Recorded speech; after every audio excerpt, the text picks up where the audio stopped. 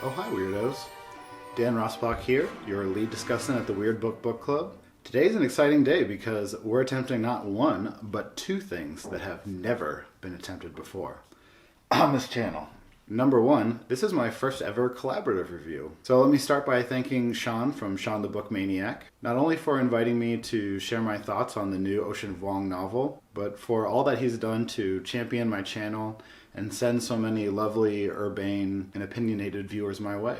If you're somehow not subscribed to Shawn already, your priorities are clearly not in order. Please use the link in the description box down below. Maybe even click that little bell alert thing as penance for your bookish indiscretions. Number two, this is my first attempt at reviewing a book that sadly didn't really work for me. Now I think that every booktuber with even an ounce of self-awareness has some idea in mind of what motivates them to sit down, record, edit, and engage with the teeming hordes of strangers on the internet. For me so far, that's been to talk about books that genuinely excite me, push me out of my comfort zone, stimulate my thinking to the point where I literally can't not talk about them. As someone who tends to be drawn towards books that are somewhat obscure, some might call them difficult works, I'd also be tickled. Yes, tickled. If one of my reviews inspired someone out there to check out an author that they otherwise might have written off. And so far this philosophy seems to be yielding great results. Contrary to popular wisdom about the quality of discourse in YouTube comment sections, the responses to my videos so far have been incredibly encouraging and thought-provoking. But before friendly forest creatures start perching on my shoulders and I break into song about universal love and harmony, I should make the obvious point that unfavorable criticism, discussions about writing that genuinely disturbed, angered, or disappointed you can be just as valuable as any rave review. In fact, the main strike against negative reviews, in my opinion, and this is coming from someone who has 2 small children, and thus very limited free time, is that they take way more effort to do well. Not only are you denied that wonderful dopamine hit of gushing about literature that you love, you're compelled as a thoughtful reader and critic to defend the bad book from your own worst knee-jerk reactions. Here what I'm talking about are common negative responses to art that essentially leave no further room for discussion. If publishing a review online is supposed to be a social gesture, invitation to the community at large to take part in an intellectually provocative discussion, these negative reactions are kind of the rhetorical equivalent of shouting over everyone else in the room with a megaphone. But Dan, what are these negative reactions you're referring to? Well, I'm glad you asked, anonymous off-camera spectator who will never be referred to again, because I'll be structuring today's review around them. Here are 3 mistakes I almost made in evaluating Ocean Vuong's new novel, On Earth We're Briefly Gorgeous. Number 1.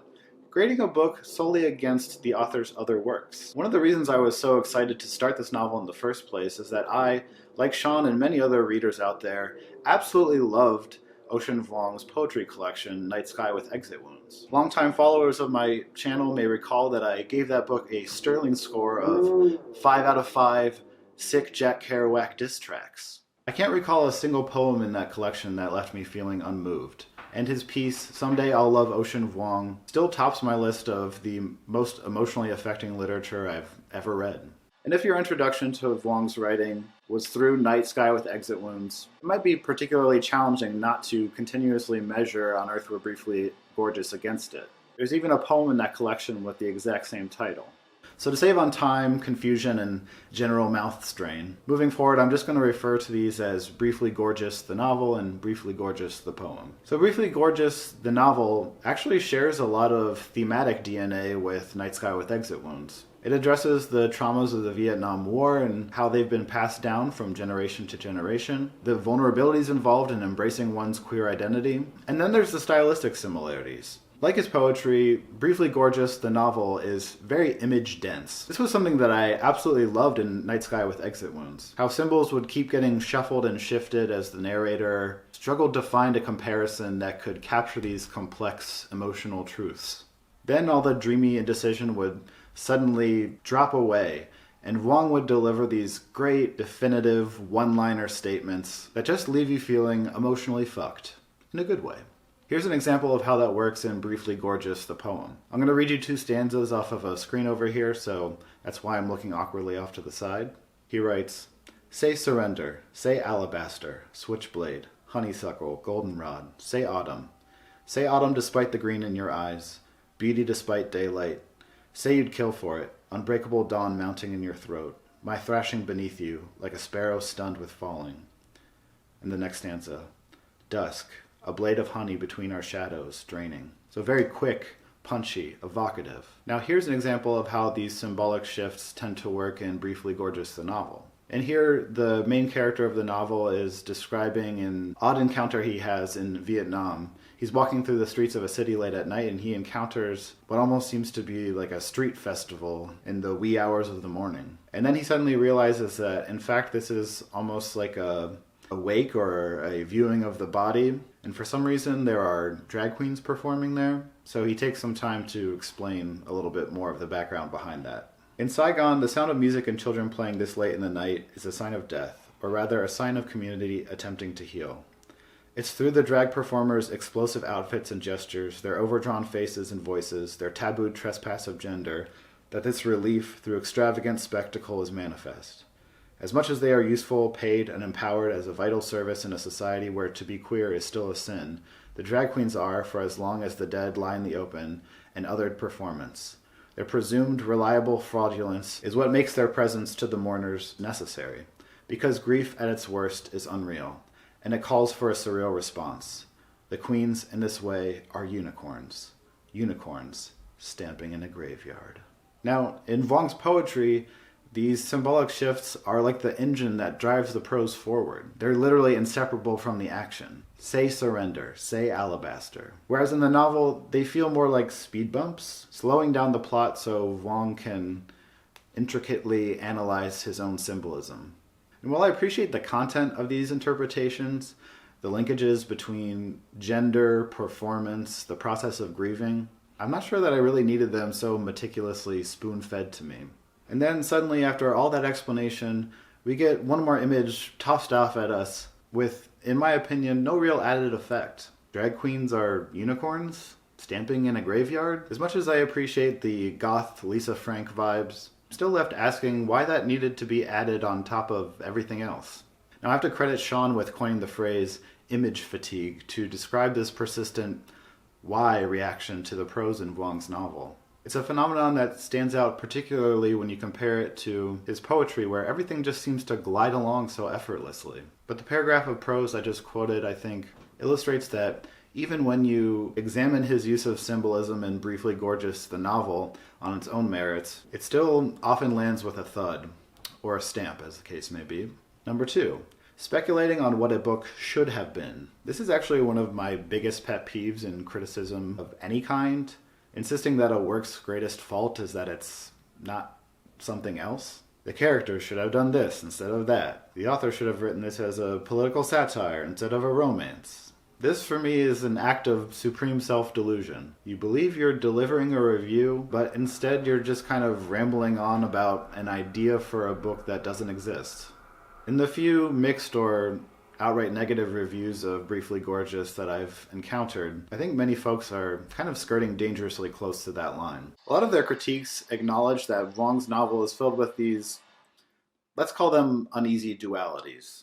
It's got tons of biographically accurate details like a memoir, but it goes off on these strange flights of fancy like experimental fiction. A big chunk of the plot is about the main character's troubled, often abusive, but somehow still loving relationship with his family. And then another big chunk is about his first gay sexual relationship and how he copes with its tragic conclusion. Where things start to get a little bit sketchy for me is when people start suggesting that the real novel should have been the portion of the story or the style that they preferred over the other part. Instead of assuming that these dualities were a conscious artistic choice made by Vuong to achieve some sort of effect, they almost invent a scenario in which he intended to write a completely different book than the one that's been published. I guess my main point is that when a piece of literature is unpleasant or dissatisfying to you, it's easy to sort of wish it away and pretend that the world was always meant to be more in line with your personal aesthetic preferences. What's difficult, though I think more rewarding, is to engage with what the artist and the text are doing to you and why it's getting under your skin. So here's my bold, audacious claim about On Earth We're Briefly Gorgeous. Ocean Vuong intended to write a messy novel. How can I tell? His narrator says so, explicitly, repeatedly. I don't know what I'm saying. I guess what I mean is that sometimes I don't know what or who we are. The black wren this morning on my windowsill, a charred pear. That meant nothing, but you have it now. And then there's another portion where he's explaining why he's traveling back to his hometown. And he says that he's waiting until everything blows over, the word over crossed out and replaced with up. So visually explicit markers of indecision. To criticize Briefly Gorgeous for being an uneven mishmash of ideas is like criticizing Frida Kahlo for being too surreal or Andy Warhol for being too derivative.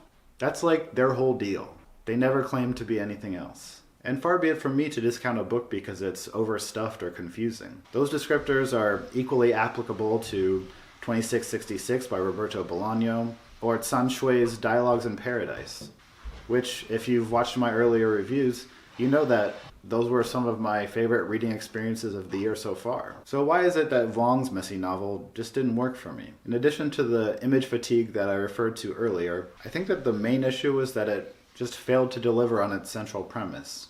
The framing device for this story is the narrator writing a letter to his mother, trying to fill in some of the gaps that have been carved out between them by history, language, racial and sexual identity. And yet I kept feeling that all we ever see of the mother in this story are her moments of trauma, episodes of mental illness, physical abuse, anger and confusion about her own sense of identity. She's complicated, yes, and often justified in her reactions. But rather than becoming a more fully realized character throughout the novel, she mostly remains this constant conduit of suffering.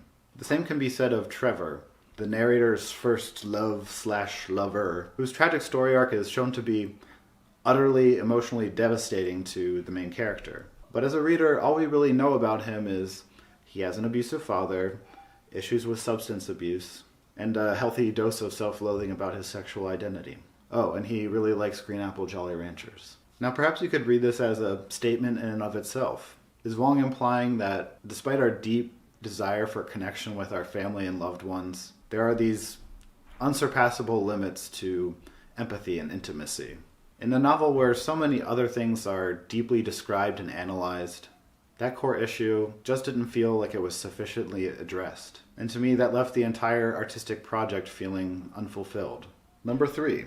Leaving out the things that you liked. Anyone with a great deal of reading experience knows that our reactions to literature are almost always mixed, even to books that we ultimately loved. And if we can love something despite its flaws, isn't it equally plausible that we can dislike something despite its strengths? When you watch Shawn's review, you'll hear him react to the style of the writing. And even in passages that ultimately frustrated him, he'll still acknowledge sentences that showcase Vuong's undeniable literary talent. So following that example, I wanted to point out some passages that I really appreciated because they acknowledge the complexity of gay sexuality with a degree of explicitness that most writers would shy away from. And while as an experienced gay man myself, none of this was a revelation to me, there was still a degree of honesty and authenticity there that I feel is sorely lacking in most popular romanticized queer fiction. And so I was really happy to see it represented here. So if sexually explicit things make you uncomfortable, I'll put a little timestamp right here. Just skip ahead to that point and you won't have to hear any of these dirty, dirty words. So these passages really address some of the issues of masculinity that play into a sexual relationship where one partner is the penetrator, the other the penetratee, being the quote-unquote top associated with being more masculine, more powerful, more in control. And the narrator discovers through having actual sexual experience that he is able to feel empowered as a bottom, as someone who is in effect permitting his partner to feel pleasure. So he says, "Because submission, I soon learned, was also a kind of power. To be inside of pleasure, Trevor needed me. I had a choice, a craft. Whether he ascends or falls depends upon my willingness to make room for him. For you cannot rise without having something to rise over. Submission does not require elevation in order to control. I lower myself. I put him in my mouth to the base and peer up at him. My eye is a place he might flourish. After a while, it is the cocksucker who moves, and he follows. When I sway this way, he swerves along. And I look up at him as if looking at a kite, his entire body tied to the teetering world of my head." So, maybe not the sexiest writing, but something that I think addresses very troubling notions of masculinity that still sort of plague the gay community even to this day. And then there's another portion where he's talking about the physical realities of being a bottom, and a fact that's regularly not acknowledged, especially in gay porn, unless it's there sort of as a fetish to emphasize the masculinity and endowment of the top. Is that bottoming really fucking hurts at first. But there is pleasure to be found in the process, especially as things start to get going and both partners find a shared rhythm with one another. So, in the novel, he says, after a while, the pain melted into a strange ache, a weightless numbness that swept through me like a new, even warmer season. The feeling brought on not by tenderness as from caress, but by the body having no choice but to accommodate pain by dulling it into an impossible, radiating pleasure. Getting fucked in the ass felt good, I learned, when you can outlast your own hurt. So those are my dirty, dirty thoughts about On Earth We're Briefly Gorgeous. Thank you again so much to Shawn for coordinating this whole collaborative process. I also want to put in a plug for Alex from What Page Were You On? He also had a really good, thoughtful, and somewhat mixed review of this novel. I think if you felt similarly about it to the way that Shawn and I did, then you will find a lot of rich and thought-provoking critique in his video as well. And of course, if you have any thoughts, vehement disagreements, personal insults you'd like to share with me, please go ahead and share them in the comments section or connect with me on social media. Until next time, happy reading, weirdos.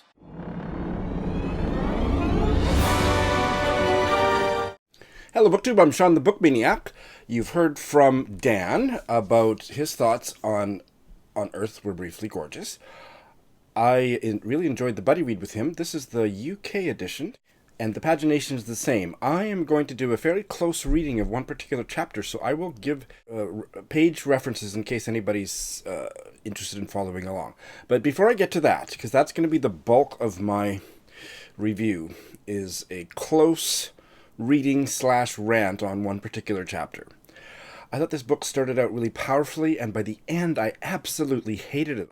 And I hate to say that, because I loved Ocean Vuong's collection of short stories, Night Sky with Exit Wounds, with all my heart. And I really care about him. I like watching him on YouTube and hearing what he has to say. He's a big sweetie, and he is an amazing poet. He is not, by any stretch of the imagination, a novelist. So I'm not going to give you examples of his profound writing. There's quite a bit in here, especially in the first bit, but scattered throughout the text. The prose here, I have to say it, I'm sorry to make such a horrible pun, but the prose here is only briefly gorgeous, and it's got some of the worst writing. It was not ready to be published, people. I'm embarrassed for him that this was published. Way too much of this read like angsty journal entries that had not even been touched by an editor.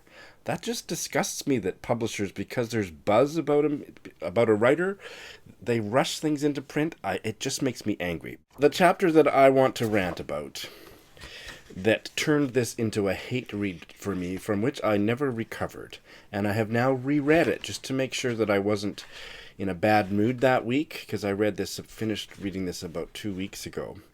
But I've reread it today, and I'm even angrier that this made it into print. They're not numbered chapters, but it's the chapter that begins on page 95.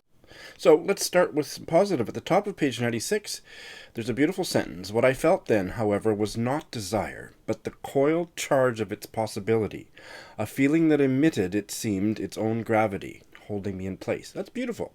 That could come right out of Ocean Vuong's poetry. So this is about him meeting his first boyfriend, Trevor, a white guy. Ocean Vuong's Vietnamese-American guy, and they're young, I don't remember, high school maybe. And this is basically about their first meeting. I could feel his eyes as I returned to my bike, and I wanted it, for his gaze to fix me to the world I felt only halfway inside it. That's a powerful line, and that speaks to a lot of what really works in this book. I don't think it's a novel, which is Ocean Vuong exploring his Asian American identity and coming to terms with being mixed race and dealing with homophobia and dealing with a whole bunch of stuff, and it's all there in that line. So, this is not all rant.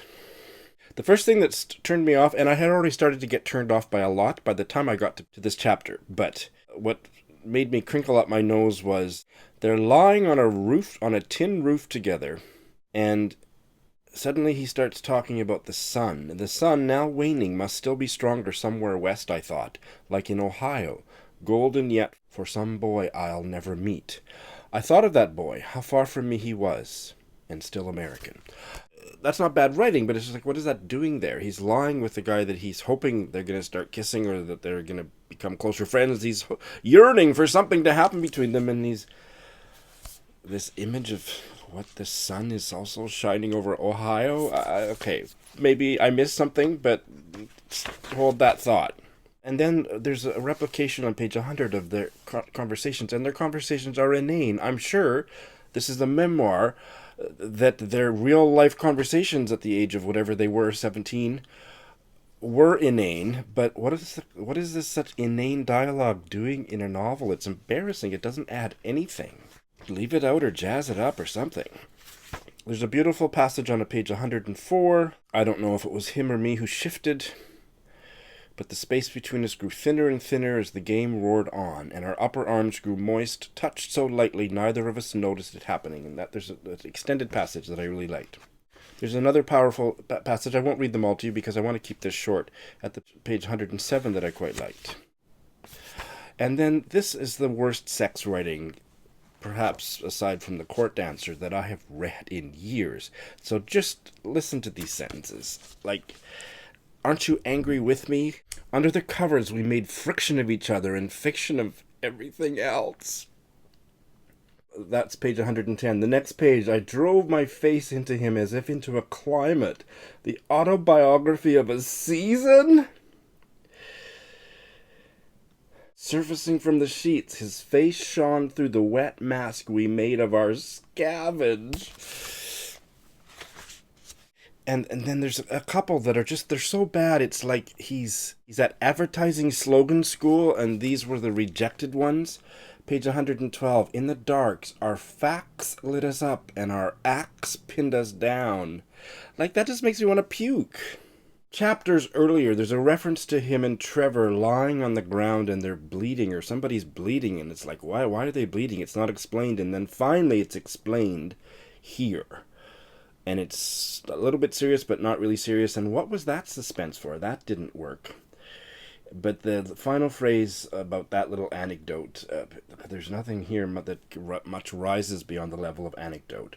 Page 113, until the blood on our faces grabbed around our lips and stiffened us quiet. It's like, how did that make it into a published book?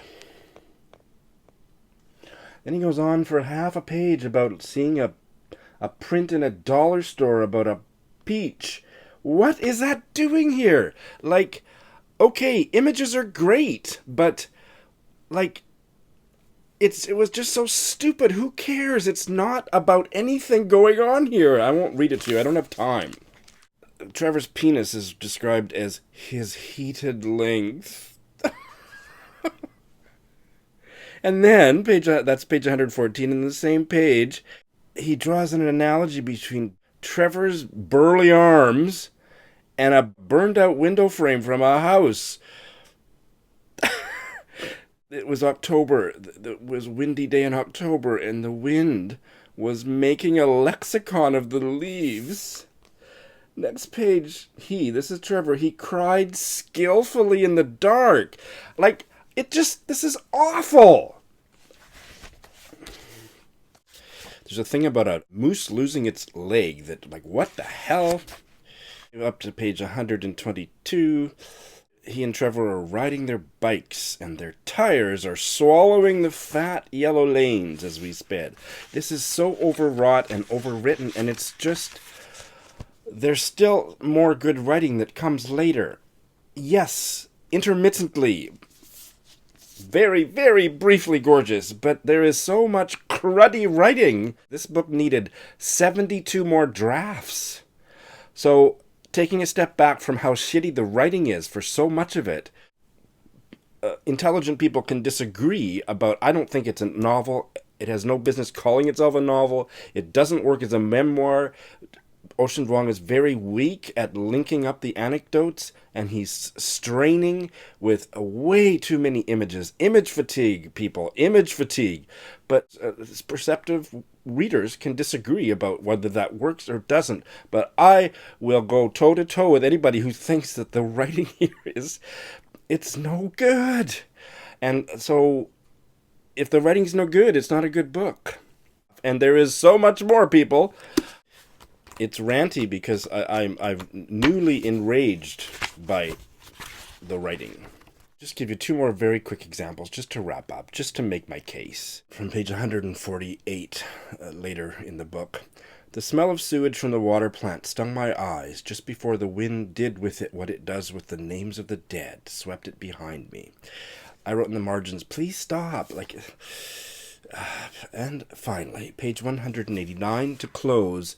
This is his letter to his ma, and I think the framing device of a letter to his ma doesn't work, especially when he's recounting stuff about experiences they've had. So he's narrating things they did together, and it's a letter to her that you can't read.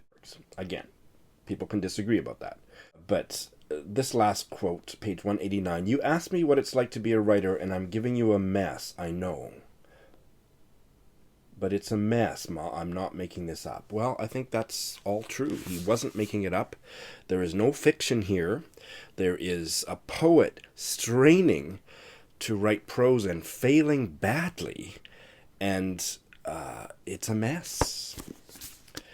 And I am a distinct minority, and I respect anybody who liked a lot of things that they thought worked and I didn't, but I will die on my hill saying that this is one of the worst written books published in years. That's all. Thanks for watching.